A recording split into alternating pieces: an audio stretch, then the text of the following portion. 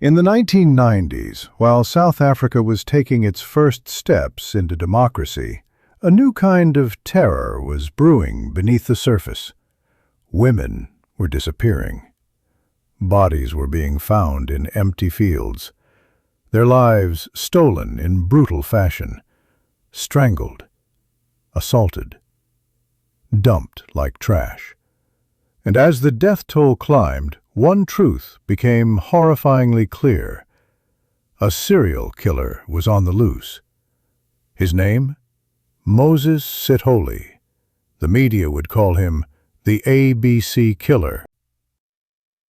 Moses Sithole was born on November 17, 1964, in Vosloorus, a township east of Johannesburg.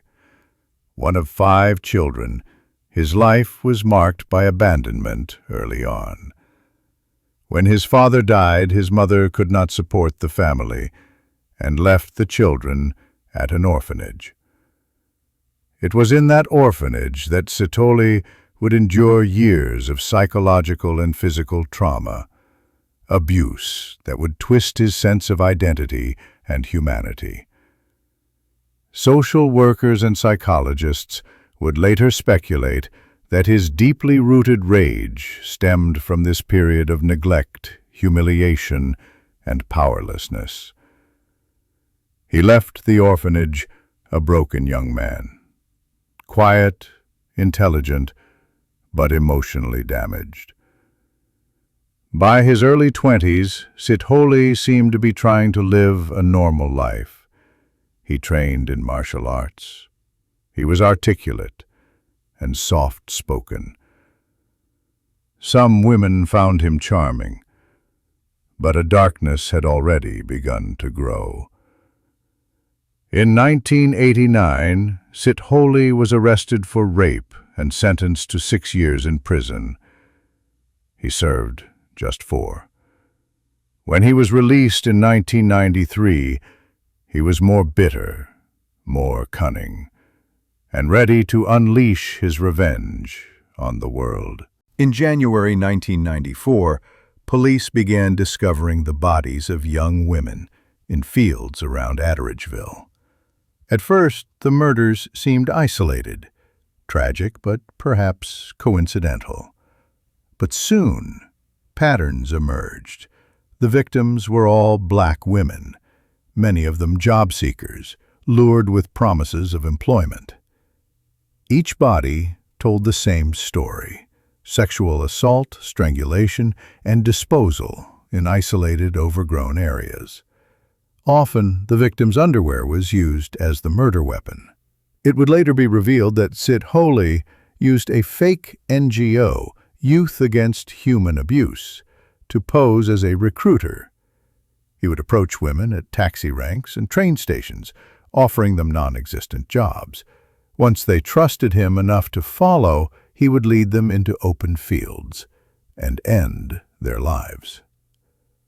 The killings spread from Atteridgeville to Boksburg to Cleveland, Johannesburg, A, B, C. It was this haunting geographic pattern that earned Sithole the nickname the ABC Killer. It wasn't just random, it was methodical. Police linked the sites and realized the killer was moving deliberately, as if mocking them.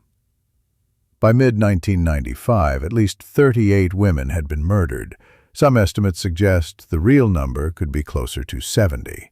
South Africa had never seen a serial killer of this magnitude, and the fear was spreading. The South African Police Service struggled to keep up. The country was in a fragile state, recovering from decades of apartheid. Resources were thin. Forensic technology was still limited. So they brought in help. The FBI dispatched behavioral profilers to assist.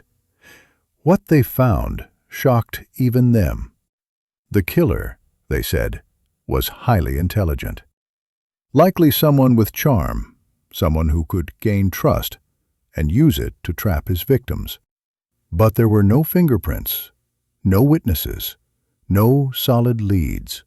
And all the while, The killing continued.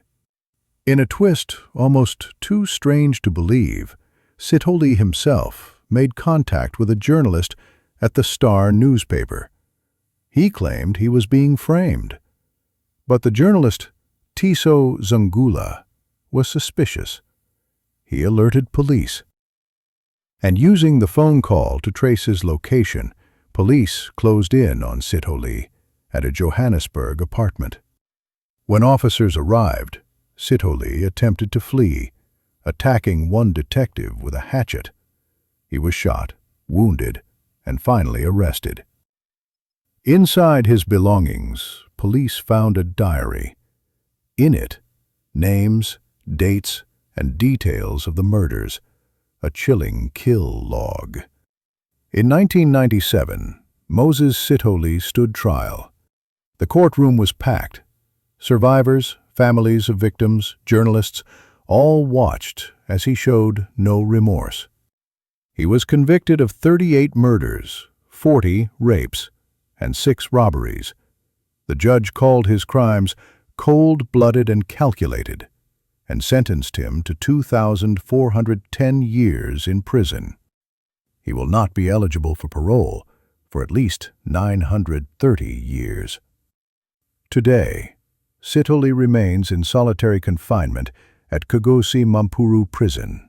He's a name now mostly whispered, a symbol of evil born not just from mental illness, but from a society broken by trauma and injustice.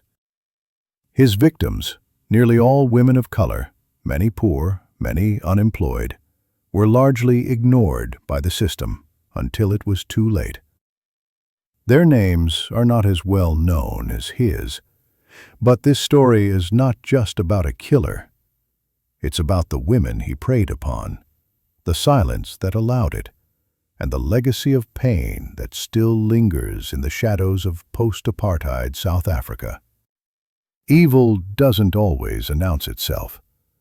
Sometimes it smiles, offers you a job, promises hope, and sometimes it walks in broad daylight. This was the story of Moses Sithole, South Africa's most terrifying serial killer. If you found this story important, like and subscribe. There are more true crimes from South Africa that must be told. Stay curious, stay safe.